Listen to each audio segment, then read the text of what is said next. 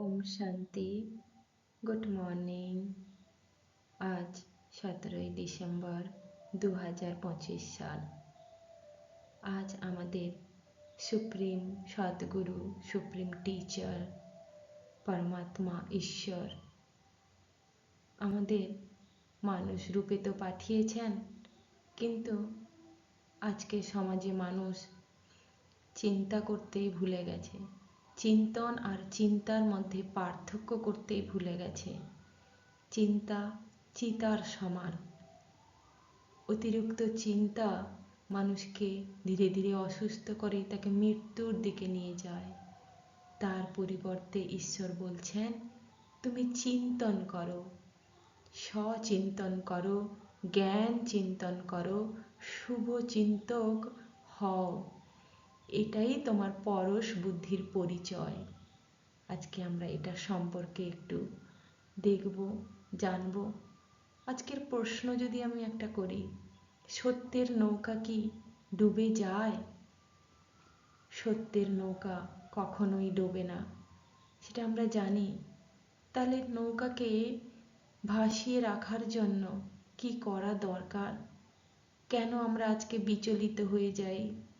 আমাদের কি পদ্ধতি, কি উপায় অবলম্বন করলে আমরা সত্যের পথেও থাকব, আমাদের ধর্ম নষ্ট হবে না, আমাদের জীবনের সততাও বজায় থাকবে? তো সচিন্তন ও জ্ঞান চিন্তন। সচিন্তন কথার অর্থ হচ্ছে নিজেকে চেনা।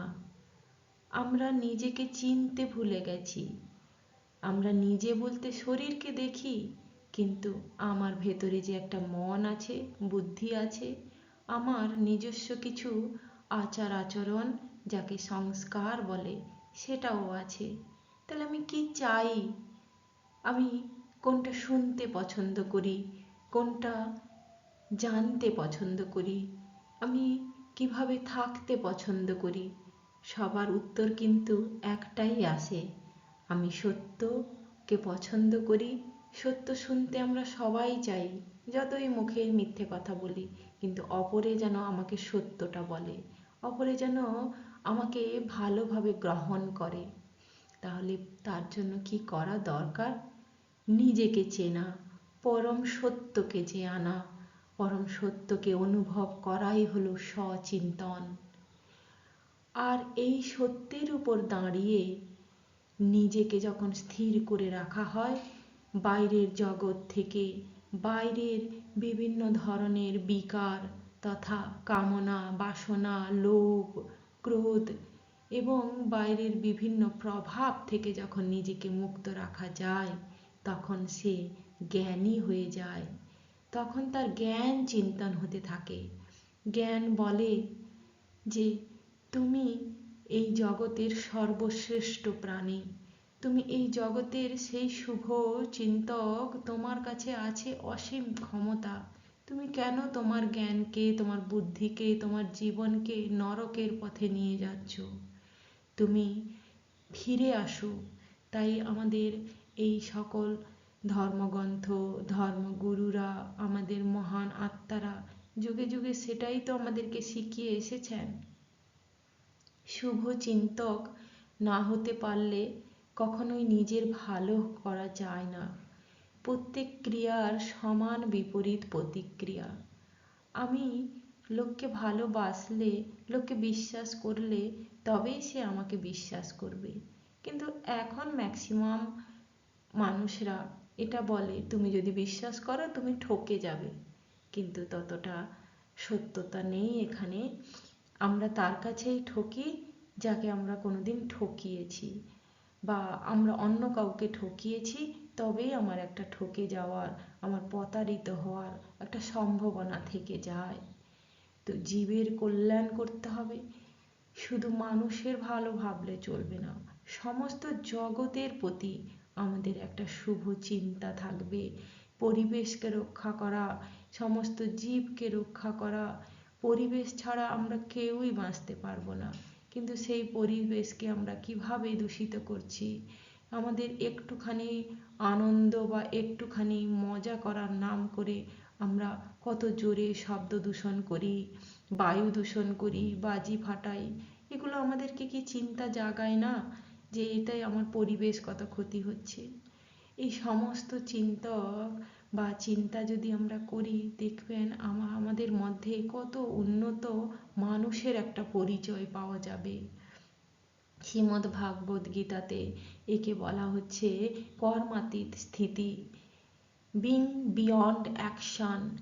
অর্থাৎ আমি সমস্ত কাজকর্ম শরীর দ্বারা করব, কিন্তু আসক্তি ছাড়া, ফল লাভের আশঙ্কা বা ফল লাভের প্রতি প্রত্যাশা, এইগুলি ছেড়ে আমি যদি কল্যাণ কাজে নিজেকে ব্রতী করি, তাহলে দেখবেন সেখানে নিজের কল্যাণ, সমাজের কল্যাণ এবং বিশ্বের কল্যাণও হয়।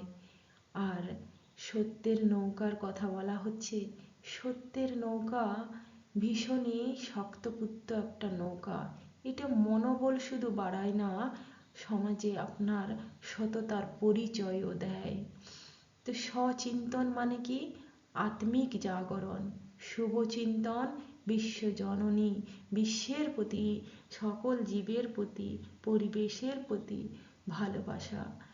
আর পরম মুক্তি বা শান্তির আনন্দ পেতে গেলে এই কর্মাতীত অবস্থা এবং তিনটের সমন্বয়ের মধ্যে চলতে হবে।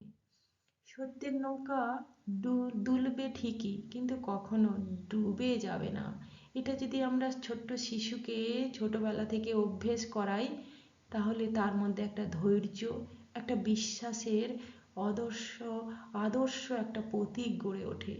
আমাদের মধ্যে এখন আর ধৈর্য নেই।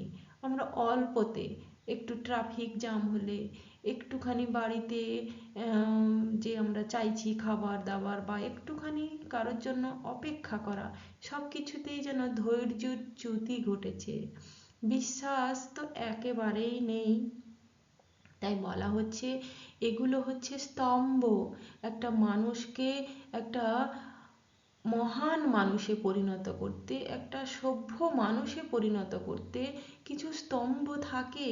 ধৈর্যতা, বিশ্বাস, প্রেম, ভালোবাসা, সততা, এই স্তম্ভগুলো আজকের দিনে খুব দরকার। না হলে ধীরে ধীরে আমরা এত নারকীয় জীবনের দিকে এগিয়ে চলেছি, তাতে আমরা কেউ ভালো নেই। শ্রীরামকৃষ্ণ বলেন, যে সত্য ধরে থাকে সে ভগবানের কোলে থাকে। তাহলে সত্যকে ধরে রাখতে হবে। সত্য তো খুব পবিত্র একটা জিনিস, তাই না? সত্য ভয়কে জয় করতে শেখায়। বিবেকানন্দ বলেন, বিপদের মুখোমুখি দাঁড়াও, পালিয়ে যেও না। বিঘ্ন দেখে থেমে যাওয়া মানে হলো কুম্ভকর্ণের মতো জড়তার ফিরে যাওয়া।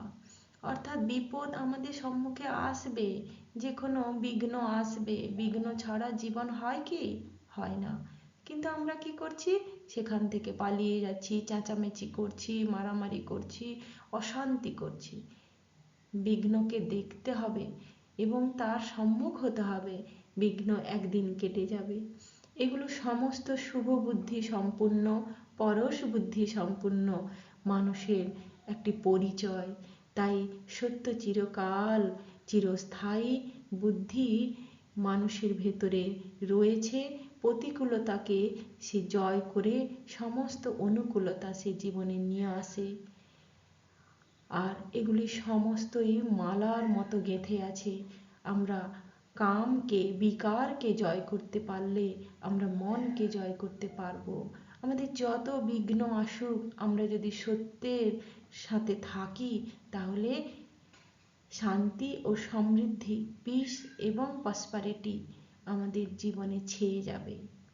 সবাই ভালো থাকুন। ওম শান্তি।